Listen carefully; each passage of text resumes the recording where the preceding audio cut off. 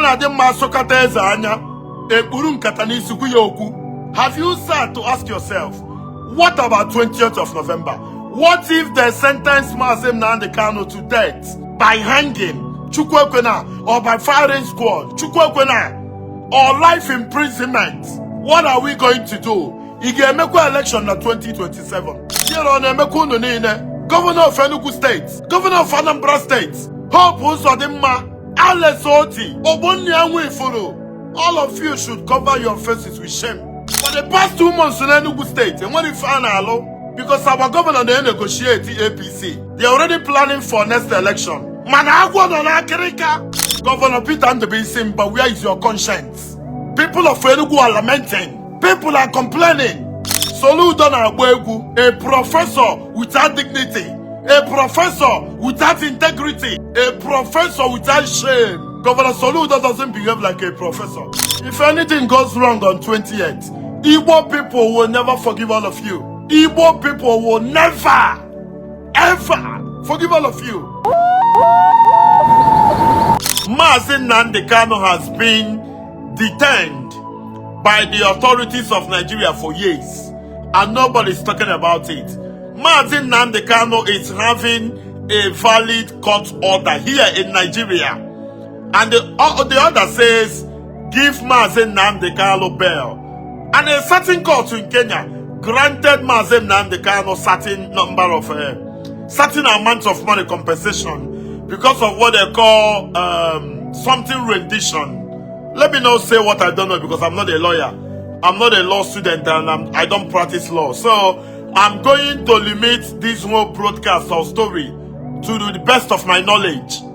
Nnamdi Kanu was accused of doing broadcast and all that. 1 month ago, we saw the same government of Nigeria negotiating with armed terrorists. You know what it means to be armed terrorist? And that is exactly why, more reason why President of the United States called Nigeria a disgraced country. You know what it means to categorize or to call the most populous, the most populated, the most talked about black nation or country a disgraced one? Coming from, you know, after Jesus Christ, after God in heaven, the greater man, after Jesus Christ in heaven, it should be whoever that is the president of the United States of America.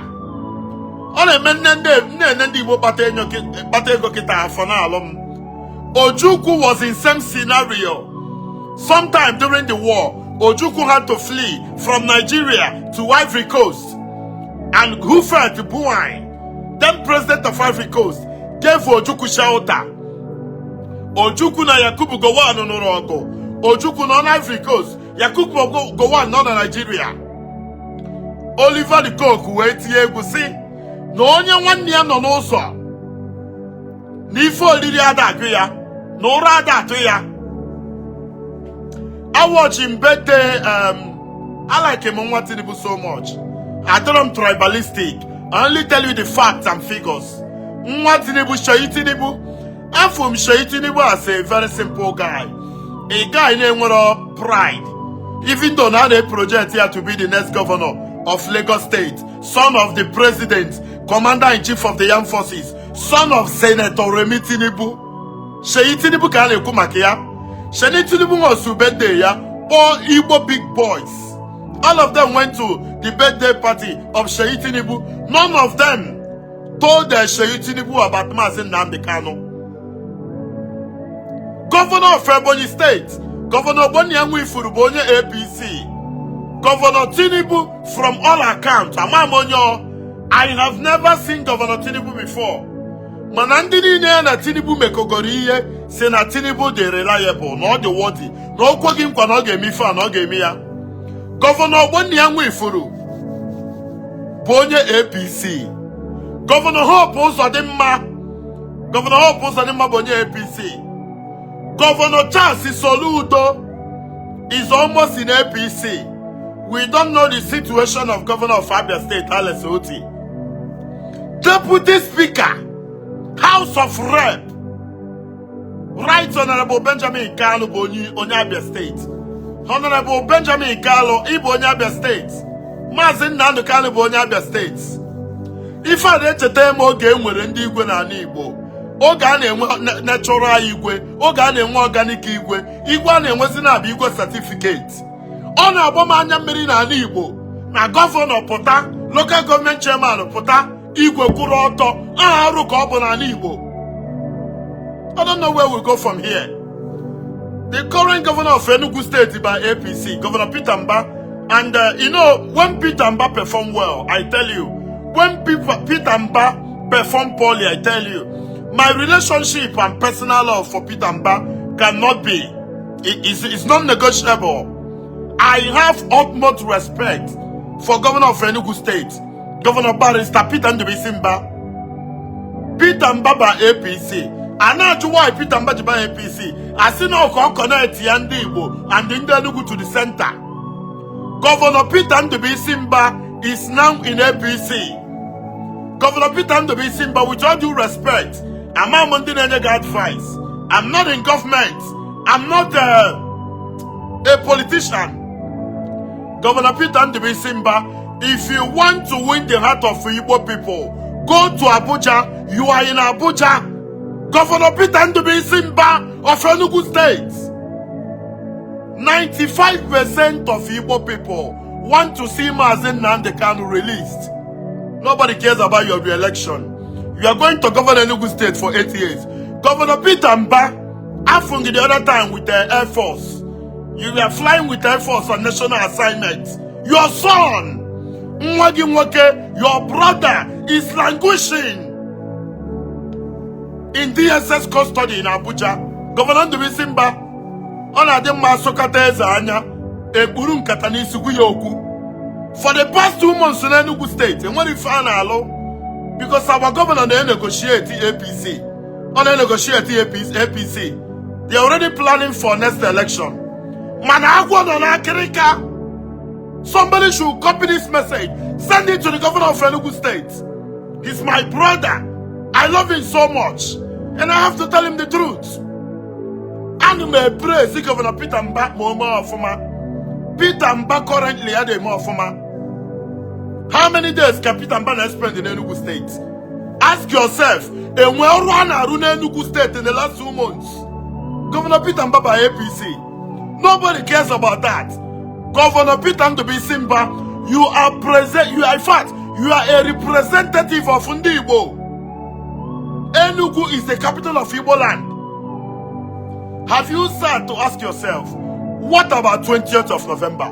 What if they sentence Mazi Nnamdi Kanu to death by hanging, Chukwuekwena, or by firing squad, Chukwuekwena, or life imprisonment?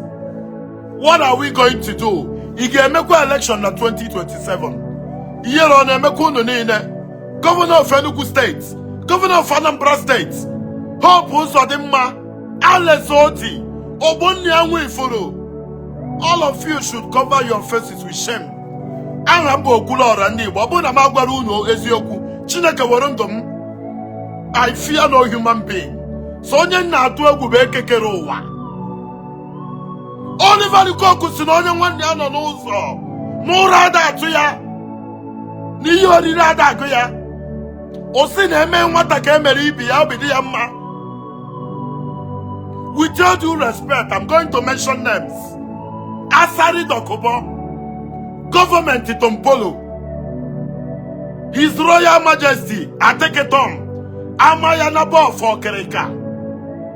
Somebody like Sunday Igboho, with all due respect, Amayanabo for Kereka. Igwe no Kereka Ateketom. We got similar issues with federal government of Nigeria. There are people who went to federal government and negotiated. Nobody in Igbo land want to talk about Nnamdi Kanu. Nobody want to talk about the court judgment he obtained.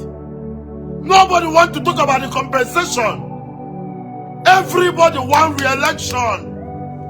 Governor Soludo, if you like, you govern Anambra for 50 years. One day, nature is going to retire you. Governor Peter Nnamdi Kanu, if you like, rule Enugu State for 50 years. Nature is going to retire you. And I tell you people one thing. One day, Igbo youths are going to rise against all of you. All of you are selfish. Governor Peter Nnamdi Simba, you connected to the center. You connected to APC. What are the dividends? Mazi Nnamdi Kanu was called in Enugu, I think in 2019. When Governor Ifeanyi Ugwuanyi was there, they told Mazi Nnamdi Kanu to drop Biafra and make demands. He said, okay, before the conversation, make Onitsha a seaport, a proper seaport. Mazi Nnamdi Kanu said, make Igbocha a seaport, a proper seaport. Construct second Niger bridge. Make Enugu airport an international airport. Is this too much to ask? Onye obuna no Enugu mana Peter Mbe birozi na Enugu. I love Peter Mbe so much, man. I didn't have to hear you. Any then to Romani Bemegu, Chineke Warendom. As the federal government in our governor of Enugu State contract, EJ rehabilitate all the police facilities in Nigeria. Governor of Enugu State is now moving with presidential air force. Governor of Enugu State. Is it not high time to take 1 minute and say, Mr. President, my people, Igbo people are clamoring, they are demanding, they want the unconditional release of Mazi Nnamdi Kanu. Is it too much? And I'm Enugu, and what if I am in Enugu now? As of 6 months ago, Enugu, one of the fastest rising city or state in Africa. Everything is on hold because our governor moved to APC, and we were told that if you go to APC, everything is going to be easy. Governor Peter Nnamdi Simba, where is your conscience? People of Enugu are lamenting. People are complaining. Soludo Agboegu, a professor without dignity, a professor without integrity, a professor without shame. Governor Soludo doesn't behave like a professor. On Abasin and Madum, a professor, Onwenu stays, Onwen composure, or man how to talk. Governor Soludo of Almighty Anambra State is turning to a stand-up comedian. Alex Oti, Mazi Nnamdi Kanu, by the virtue of state and origin, is from Abia State. Governor Hope Uzodimma, Abia ni Imo Bofiye, Aini Ilebundi Igbo. Before 1970, in fact, as at 1976, there were only 2 Igbo states, Anambra or Enugu. Anambra ni Imo. Enugu and Abia were created in 1991. Ebonyi in 1996. Atuo Mazi Nnamdi Kanu, what are we going to do? Chuo Nwegi, Gebe Sunday Igbo Hono, Gebe Igwe Ate Kamba Warrior no Igwe. Amayana for Krika. They had similar cases with Mazi Nnamdi Kanu. Their people came. Sometimes, so about the personality. It's about pride. It's about identity. It's about the people. Every day, but Mazi Nnamdi Kanu na court. A mayor caricature. Or you know Fuakwa. For how many years? Our governor in Enugu is flying a presidential jet. Our governor in Enugu is dining with the president, commander-in-chief of the armed forces. Our governor in Enugu is more concerned about the election in 2027. If you win the election in 2027, it's remaining 4 years. Before you close your eyes and open it, 4 years will elapse. You are no longer the governor of Enugu State. With all due respect, Mr. Governor. Every day, no Mazi Nnamdi Kanu.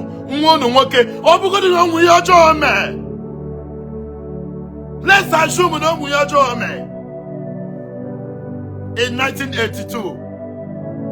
Stephen Edumude, Chubo Kadibo, Oliver the Coke, Danu Bajaka, Siani Lodibe, Ekenendowa, Deputy Governor of Anambra State. Bro, you many. I'm a Deputy Governor of Anambra State then. Alan Sekueme, Oliver the Coke, Nebe, Ndini Nachi Nigeria. Ekenendono. Nuna Meguinu Kwara Inankwa Alahaji Galadima Osi ekene dere ya. President Shehu Shagari, Akenachi Nigeria, ekene dere ya. Who is going to be man enough to approach President of Nigeria and talk about Mazi Nnamdi Kanu? Governor Hope Uzodimma, Governor Peter Mba, Shaman, all of you. In my presence, none of you is fit. I remember when I was a little boy in Anambra State, the governor was Chinua Kembadinuju. Chinua Kembadinuju was everything. Chinua Kembadinuju was shamelessly buried last year. Onyo so ge boriga wo. Look at the warlord. Chukwu Emeka Odumegwu Chukwu, the only Ikembe enwe na Igbo. On 6 feet. The Zeke of Africa. Zeke on 6 feet. Asene, ha yizo na ya Chineke. Mgbe ina ebuchi mmegi, chene nwere anya na afuge. Governor Enugu State bụ nwanne m, I love him so much. But presently, Governor of Enugu State in our committee blunder. A lot of indigenes of Enugu are crying for one reason or the other. If I don't say it, Chineke warendum. Dear Governor of Enugu State, how many days are you spending in Enugu? How many days are you spending outside of Enugu? You are taking up a national contract. Are there no competent people, engineers, contractors in Nigeria that is going to take up the contract of rehabilitating all the police institutions in Nigeria? Enugu Kanebakwa, and you are the man in charge, roaming around with private jets. Chineke Bomo spare word ever. You think you will remain the governor of Enugu, remain the governor of Anambra, remain the governor of Imo if the jet Mazi Nnamdi Kanu? As in Andi Igbo chekwa ife ha nwere chekwa. Obu na ga eme Nnamdi Kanu ife or this successful. What if it comes your turn? Look at the capacity of Ike Ekwere Mmadụ. Ike Chukwu Ekwere Mmadụ, Deputy Senate President then. Look at the predicament on here. It tells you one thing. Enwere onye karịrị ọnwụnwa. What do we do? On 20th, the court says we are going to rule on Mazi Nnamdi Kanu, and they told him to file a defense. He said, why would I file a defense? There is existing court order which Nigerian state refused to obey. Even under Buhari, that judgment came. Nigeria refused to adhere to a court ruling. Somebody had a court to near judgment. Nobody wants to adhere to court judgment or ruling. And you want to try such person, same person in the court. He said, I have no confidence in the court. Right Honorable Benjamin Kalu, Governor Peter Ndubisi, Governor Bonyanwifuru, Governor Hope Uzodimma, Governor Alex Oti, Governor Charles Soludo, the stand-up comedian. We are watching with keen interest. If anything goes wrong on 20th, Igbo people will never forgive all of you. Igbo people will never, ever forgive all of you. I don't know for how many years. I know the other month, or last month. Now somewhere in northern Nigeria, Fulani smell Burafo, Narianonu, they negotiate with Nigerian government. Managing Nnamdi Kanu, Makasino Okuroku na radio. He said something on radio. A GDR for how many years? When somebody they armed, government they negotiate with them. Thank you very much and God bless.